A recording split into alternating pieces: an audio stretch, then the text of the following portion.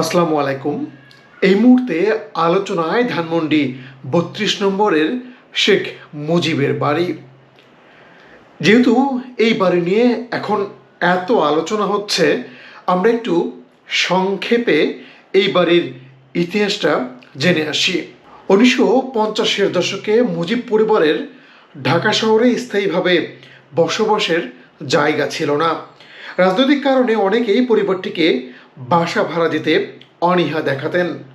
১৯৫৬ সালে শেখ মুজিবুর রহমান মন্ত্রী থাকাকালে তার একান্ত সচিব নুরুজ্জামান বেগম মুজিবের অনুরোধে ধানমন্ডি এলাকার জমির জন্য গণপূর্ত বিভাগে আবেদনপত্র জমা দেন। ১৯৫৭ সালে ৬,০০০ টাকায় ধানমন্ডিতে জমি বরাদ্দ পান তারা। সেখানে প্রথমে ২ কক্ষ বিশিষ্ট একতলা বাড়ি তোলা হয়। বঙ্গবন্ধু শেখ মুজিবুর রহমান এ বাড়িতে পরিবার নিয়ে বসবাস শুরু করেছিলেন ১৯৬১ সালের অক্টোবরে। এরপর এই বাড়ির উপর দিয়ে বয়ে গেছে ইতিহাসের নানা প্রবাহ।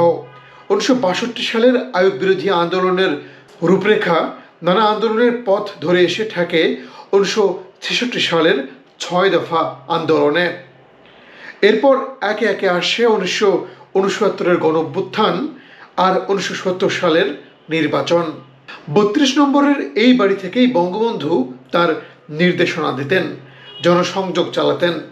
১৯৭১ সালের ৭ মার্চের ঐতিহাসিক ভাষণের পর ৩২ নম্বর বাড়ি থেকেই স্বাধীনতার ঘোষণাপত্র দিয়েছিলেন শেখ মুজিবুর রহমান। ১৯৭১ সালের ২৫ মার্চ রাতে পাকিস্তান হানাদার বাহিনীর গুলিতে ঝাঁঝরা হয়েছিল এই বাড়িটি। ১৯৭২ সালের ৮ জানুয়ারি বঙ্গবন্ধু পাকিস্তান কারাগার থেকে মুক্তি পেয়ে লন্ডন ও দিল্লি হয়ে ১০ জানুয়ারি তার প্রিয় মাতৃভূমিতে ফিরে আসেন। ১২ জানুয়ারি বঙ্গবন্ধু শেখ মুজিবুর রহমান বাংলাদেশের প্রধানমন্ত্রী হিসেবে শপথ গ্রহণ করেন। ফেব্রুয়ারি মাসের শেষ সপ্তাহ থেকে এই বাড়িতেই বসবাস করতে থাকেন তিনি। এরপর থেকে তিনি কোনো সরকারি বাসভবন নয়, ধানমন্ডি ৩২-এই বসবাস করতেন। ১৯৭৫ সালের ১৫ই আগস্ট ভোররাতে জাতির জনকের রক্তে ভেসে যায় ধানমন্ডি ৩২।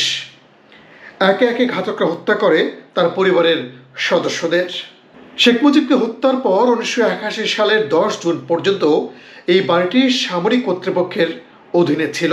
১৯৮১ সালের জুন মাসের ১০ তারিখে বাড়িটি বুঝে নেওয়ার পর দুই বোন শেখ হাসিনা ও শেখ রেহানা ঘোষণা করেছিলেন ঐতিহাসিক এই বাড়িটি হবে জনগণের। ১৯৯৪ সালের ১৪ আগস্ট ৩২ নম্বর এই বাড়িটি জাতির জনক বঙ্গবন্ধু শেখ মুজিবুর রহমান স্মৃতি জাদুঘর হিসেবে উদ্বোধন করা হয়।